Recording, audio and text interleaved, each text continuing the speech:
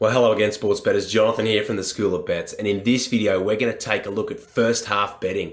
And I'm going to give you 3 strategies that are going to help you improve when you bet that market.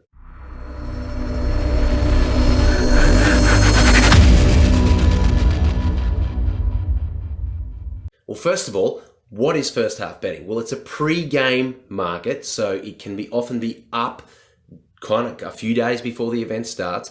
Plenty of time to analyze the market. It's offered on your regular bet types like money line, point spread, totals, some prop bets, those type of things. And it's popular with bettors who believe they've noticed a trend that occurs with a particular team in first halves, whether it be slow scoring or getting out of the blocks quickly or something like that, where they think they have an edge over the sportsbook. And so people often like to bet the first half and then they can reinvest later in the second half markets, or kind of use it as a complementary play to their regular time betting. Okay, just quickly, here's some things you need to know about first half betting before you go and place a bet on it. The bet is resulted according to action that occurs in the first half only. There's no overtime, and so it is purely what the scoreline is at the end of the first half. Now, here's the thing. If you're going to bet the money line, there's a real chance there could be a tie. Well, there is a chance there could be a tie, and often sportsbooks won't offer tie as an option. Some do, many won't, and sometimes they offer both, a market with the tie factored in, market without it factored in. So what occurs if you bet on the market where the tie is not an option and yet it is a tie at halftime with no overtime included? Here's the thing. The sportsbook is going to give you, or enact, the dead heat rule, which means you get half of the odds that you originally bet on because your team like half won. It's a tie. So therefore, you've got to be aware of the math here, because this is one of those frustrations with first half bettors who don't understand the math. Let's say you've bet on a team and they're plus 120. They're underdogs plus 120. You put $100 down. You're going to make a profit of $120 if that bet was to win. If the dead heat rule is enacted, you don't get half the profit, which would be $60. You get half the odds. So you've actually got to look at the total return on that bet. Would have actually been $100 outlaid on a plus 120, would be a total return of $220. You get half that, which is $110.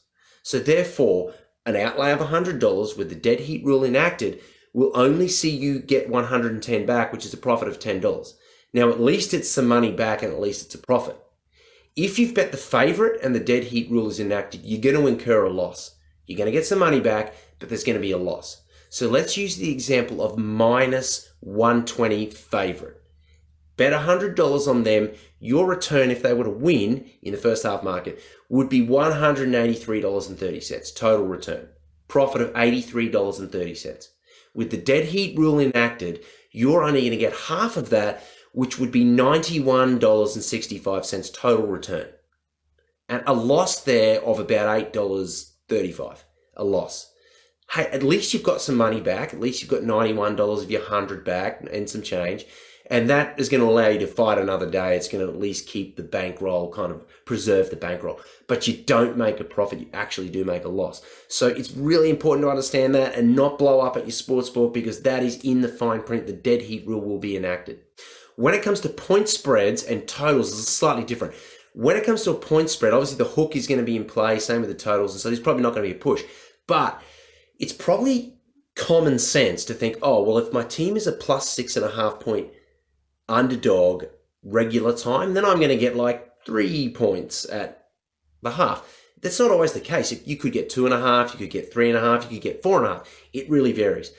If you want to understand that better, that you're not actually going to get half of your handicap in the point spread betting, go to schoolofbets.com, go to the video notes right here for this video. I've got a link to our bigger, more in-depth article on first half betting, and check out, there's a table in there which shows a regular Sunday slate of NFL games, and it shows you the variance that occurs between regular time and halftime, and it's really worth checking that out, because you may find some weakness there that allows you to think, well, this is a candidate for betting first half markets, or this other game might not be, because there's definitely variance.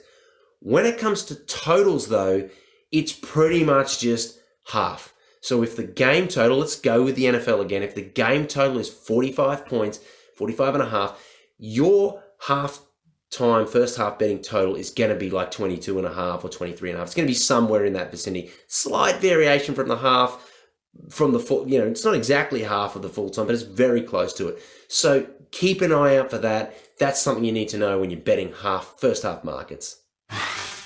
So here's the 3 strategies that I'm going to give you to help you improve your first half betting. The first strategy is good teams underperforming in unfamiliar conditions.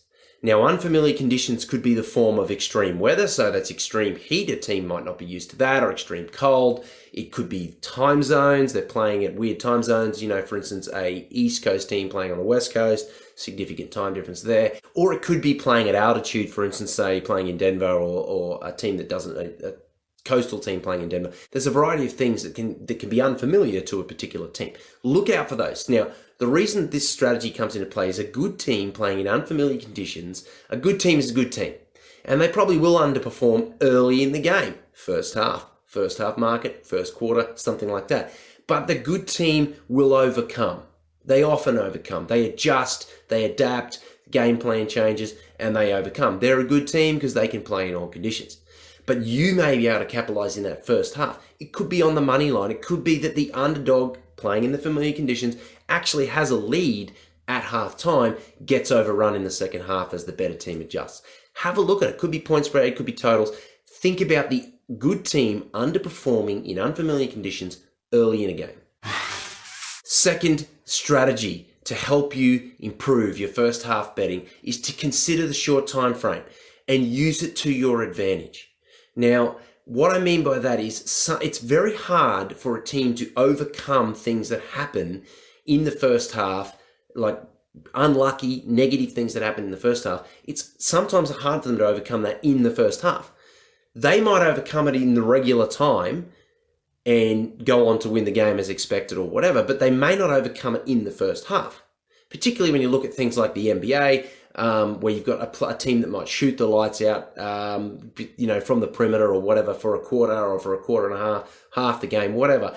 But then they regress to the mean and they their scoring percentage is back to where it should be. But they could be an underdog. The better team, it's hard for them to overcome that. And so the short time frame favors the underdog a little bit. Another example of it, and this is a real example coming from a recent Big Ten championship football game. It was Wisconsin 10-2 up against Ohio State, who was 12-0. And Ohio State had really blown out quite a lot of all of their opposition pretty much throughout the season, including Wisconsin earlier that season. So they're playing them for the second time, had beaten them by quite a large scoreline in the first game in the shoe in Columbus. So come to the Big Ten championship game. Wisconsin comes with a slightly different game plan, and they, for that first half, really stick it to Ohio State and are actually winning at the half. So they've covered, they would have had a plus points handicap, and they've covered there. They scored more points than was expected, and Ohio State scored less than expected in that first half.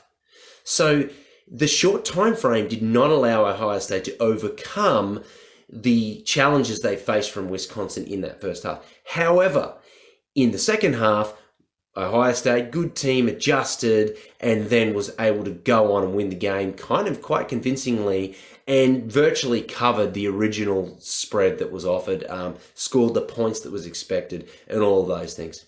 So the short time frame is something that can be used to your favor. Look out for that. If there's an opportunity that you think arises, jump on it. It's not an every game play, but it's certainly something that could come into effect there. It's almost like the ambush play. Third strategy that I think you need to employ when it comes to first half betting is to attack the low handle. And what I mean by that is look for games where there's not as much betting action that's occurred from the general public. So lower profile games. And the reason being, the efficiency in the market might just not be there, because it is just as it's hard for you to get a read on form, it's hard for sportsbooks to also handicap games that are lower handle. It is difficult. There's a lot of, think about college football. There's so many games that occur on a Saturday afternoon, Saturday evening, that those lower handle games, there's got to be some weakness there in first half betting. If you feel familiar with that game, you might be able to see an edge there that hasn't been built in through efficiencies of just volume of money that occurs with higher profile games. So you're looking at like unranked teams, that sort of stuff. Happens in college basketball as well. We know many sharp bettors make a lot of money betting college basketball and low profile college football games. And it's because of that reason. Low handle, weakness in odds. So that's it, guys. That's my 3 strategies to help you improve your first half betting. Now, just a little side thing. If you're still not confident with your first half betting and you prefer to gather a bit more information, you may want to make a live play at the first half. It is offered live after some of the game has unfolded. The problem with that is 2 reasons. One, the sportsbooks are privy to that same information you've gathered. You've watched the first few drives, first few minutes of a game, whatever. The sportsbooks have as well. So the odds are adjusting and fluctuating as that occurs. And the second thing is betting live, you don't always get, the sportsbooks often take a little bit extra juice because of the unpredictability of live betting. So oftentimes, in my opinion, it's better, if you're going to bet a first half market, bet it pre-game. Okay, guys, get along to schoolofbets.com for sports betting wisdom that's just not that common. Please like the video, subscribe to the channel. I'm Jonathan, and I'm going to see you next time on the School of Bets.